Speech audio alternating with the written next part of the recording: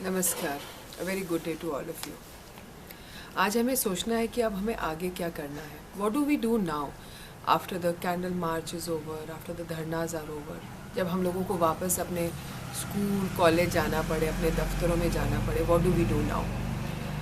बहुत सारी चीज़ें हैं करने को, लेकिन आज मैं उसके एक ही एस्पेक्ट पे बात करूँगी। I am going to talk and address one topic, public harassment of girls.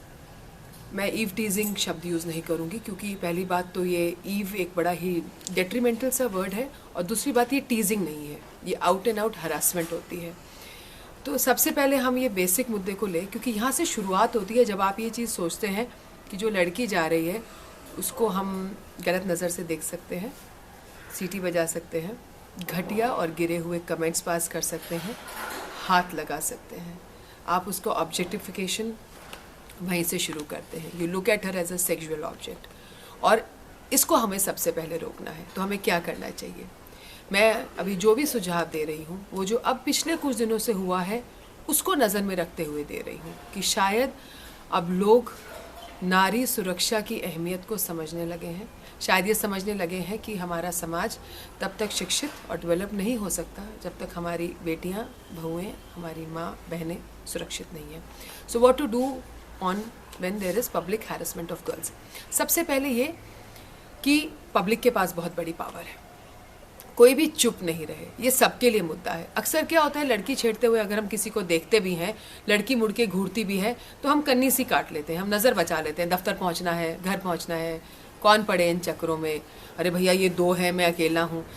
हम में से कोई सा भी अकेला नहीं है। आवाज़ उठाने वाला, सच के लिए आवाज़ उठाने वाला आज से अकेला नहीं है। ये जो इतना सारा पब्लिक एंगर देखा है, इस अग्नि को, इस शक्ति को, इस ऊर्जा को अब हमें ज़िंदा रखना है।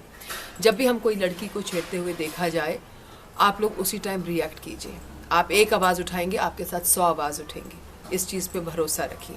दूसरी बात, लड़कियाँ, जब अगर आपको कोई भी बस में या कहीं भीड़ में आपको गलत तरीके से छूता है, आपको टच करता है, उसको सिर्फ मुड़ के देख के या उसको श्रग ऑफ करके मत जाओ। आप मुड़ो, आई कांटेक्ट करो, और खूब जोर से उससे मातृभाषा में, मैं आप लोगों को कहूँगी इस टाइम पे अंग्रेजी का मत प्रयोग कीजिए। English does not work, you know, it is not going to work. You tell them, oh my god what you are doing, और डोंट यू हैव।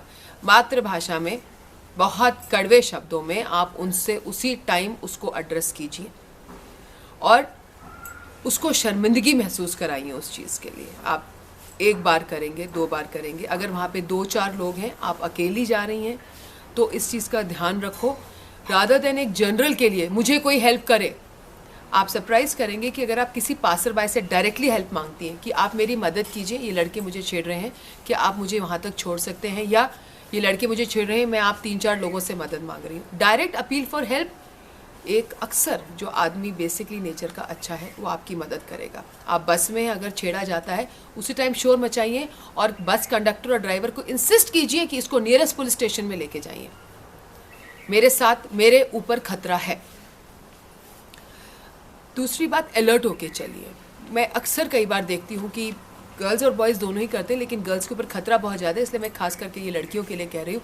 बहुत लॉस्ट होके चलती हैं, मोबाइल पे बात करते चल रही होंगी, गाने सुनती चल रही होंगी, एक अपनी ही दुनिया में। मत करिए ऐसा। Look strong, look assertive on the road, don't look like a victim. अगला आदमी को 2 बार सोचना चाहिए कि इस लड़की के भैया आसपास भी जाऊँ कि नहीं जाऊँ।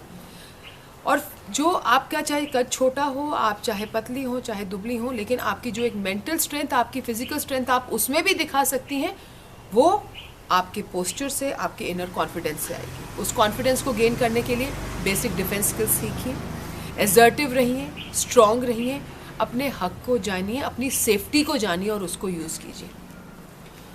लेकिन अल्टीमेटली बहुत सारी बात जाके पावर पब्लिक पे रुकती है। तो हम सबको इस आक्रोश को, इस शक्ति को, इस ऊर्जा को जिंदा रखना है। और आगे से अगर हम कभी भी किसी को भी, किसी लड़की को छेड़ते हुए देखते हैं, तो हमको सबको इकट्ठे मिलके आवाज़ उठानी है। उस शख्स को, वो 2-4 लड़कों के ग्रुप को रोकना है। नहीं तो कल भी वही होगा जो आज हुआ है, चाहे वो माया त्यागी यूपी, चाहे गुवाहाटी, चाहे अब दिल्ली गैंगरेप केस। ये नहीं रुकने वाला जब तक हम समाज और पब्लिक ये जिम्मेवारी नहीं उठाएंगे, तभी हमको मिलेगा जस्टिस फॉर विमेन।